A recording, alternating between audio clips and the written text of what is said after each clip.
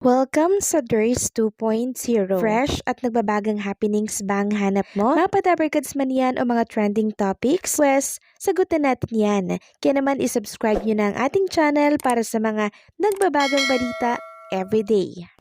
Welcome back again sa ating YouTube channel mga kadabarkads, and for today's video, ang pag-uusapan natin ay tungkol sa mga importanteng ganap sa loob at sa labas ng Itbulaga. Isang napakasayang pananghalian na naman ang ating pinagsaluhan kanina sa Itbulaga Live. Bumungad sa atin ang napakasayang dabarkad sa studio kasama po ang mga Itbulaga hosts na to the highest level ang energy sa studio. At mas lalo pa nga pong uminit ang Itbulaga dahil sa mga kanta ng The Lockdown Band na talaga namang enjoy ng Itbulaga Studio at syempre Timbahay at mga online viewers ngayong araw po yan ng Webes. At kanina nagkaroon nga po ng announcement si Bossing Vic Soto para po yan sa Lenten Special ng Itbulaga na kung saan first time daw itong mangyayari sa Lenten Special. Kaya dapat abangan nyo daw po ang magiging announcement sa Sabado na siyang ikakagulat po ng lahat. At kanina nga po sumabat naman si Boss Joey De Leon na ang bibida daw or gaganap ay ang mga clones natin.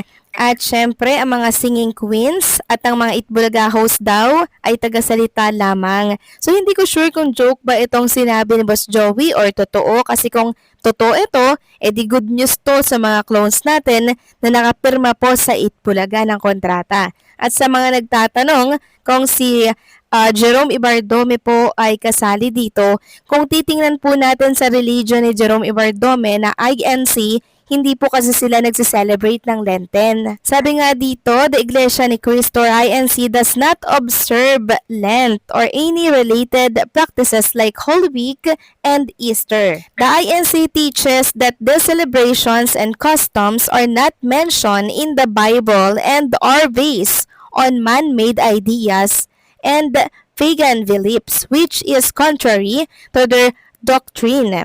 While many other Christian denominations, including Catholic, Lutheran, Methodist, and Anglican churches, do observe the Lenten season, the Iglesia ni Cristo does not consider it a biblical practice. Iglesia ni Cristo members are instructed to follow only the teaching and practices explicitly found in the Holy Scriptures, and they maintain that first century Christians did not observe Lent.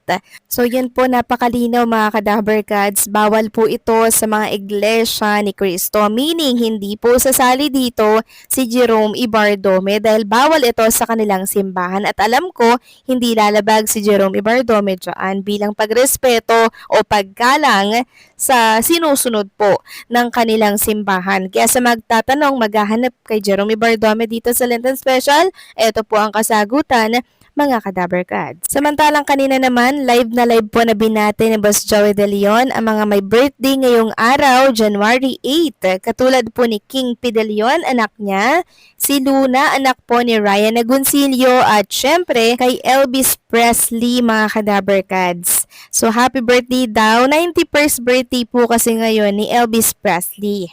Yun nga lang, sa kabilang buhay po, mga kadabarkads, naalala tuloy ng mga dabarkads natin si Jerome Ibardome, ang clone po ni Elvis Presley, kasi ilang araw na nga namang hindi ito nakikita sa Itbulaga. Sana daw ay gumawa ng way si Boss Joey para kay Elvis Presley para makabalik ito sa Itbulaga.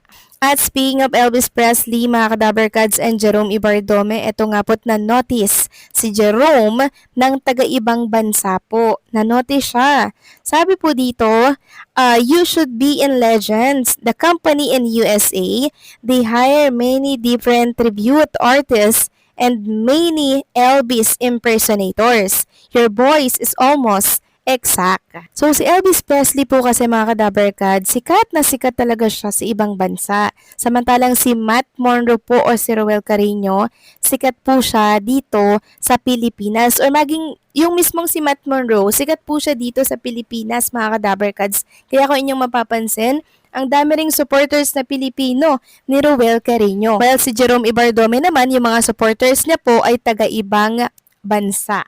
Samantalang pag-usapan naman natin ang tungkol nga dito sa kontrata po ni Jerome Ibardome sa Itbulaga. Ang dami po nagsisilabasan sa mundo ng social media. Pero ito po yung isa sa nabasa ko kanina mga Kadaberkads na di umano nga daw hindi pumirma ng kontrata si Jerome Ibardome. Sabi nga dito, hindi daw pumirma dahil ang jowa daw ang masusunod. Nabasa ko lang, akala siguro pag pumirma, hindi na pwedeng mag-gigs. So kung may katotohanan to mga Kadaberkads, ang kinakatakot ko lang kasi pag hindi po pumirma ng kontrata, hindi na po siya makikita sa Itbulaga. Ngayon, pag nangyari po yun, syempre marami pong maaalarma, marami pong nagtatampo ng mga Jeromantics kasi syempre si Jerome Ibardome po ang isa sa inaabangan po nila dito po sa programa ng Itbulaga every noontime. Kaya hopefully, kung totoo man nga po ito, sana kahit di po pumirma si Jerome Ibardome, may time pa rin po ang Itbulaga na i-guess ito sa kanilang programa. Kasi marami po talagang nagmamahal at sumusuporta kay Jerome Ibardome at sana po ay makita at marinig ito ng TBJ Production. And also, ginagalang din naman po natin yung desisyon ni Jerome Ibardome kung bakit hindi po siya pumirma, kung may katotohanan man nga po ito. Kasi pag pumirma nga po kayo ng kontrata or agreement, kailangan nyo po yung sundin. So siguro nagkakaroon po ng conflict doon sa agreement na yun, kaya hindi po na lang pumirma si Jerome Ibardome, na which is ginagalang naman natin mga Kadaberkads. Pero hindi po yan magiging hadlang mga Kadaberkads kasi patuloy at patuloy naman po magkakaroon ng gigs si Jerome Ibardome sa iba't ibang mga event. Katunayan po niyan, plinex po ng isang netizen ang kanilang concert ticket ni Jerome Ibardome para po yan sa Super Elvis Night na magaganap po sa Dusit Thani Hotel sa RJ Bistro. Back-to-back dance set with RJ and the New Riots, RJ Jacinto, Jerome Ibardome, David Young, Bam Angping, Douglas Masuda, AJ Hapor, and Graciel Hizon. Wednesday yan, 8 p.m. So 1-5 with standard drink na po yun. Kaya sundan na lamang natin siya kung saan po siya may concert, okay? Samantalang next topic naman tayo, pag-usapan natin mga Kadaberkads, ang tungkol naman dito sa naging problema po ng isang noontime show. Sabi nga dito, nasasangkot na naman umano sa panibagong kontrobersya ang noontime show na It's Showtime na umeere sa GMA A2C at Kapamilya Channel. Ayon sa mga netizens, partikular ang atin kapuna-punang opening number ng nasabing programa dahil gumamit umano ang It's Showtime ng AI-generated music na kanta ng mga hit songs ng grupong SB19 at ng Bandang Alamat. Nangyari ang nasabing episode nitong Sabado, January 5, 2026 sa It's Showtime. Opening dance number ng mga kapuso artists na naibig sa Pinoy Big Brother Teen Collab 2.0. Napuna umano ng grupong atin na ginamit ang AI na kanta ng SB19 na 8-ton ball na nirelease last April 2025. Nakaparehas ang tono, beat at arrangements, ngunit mali-mali or altered ang lyrics.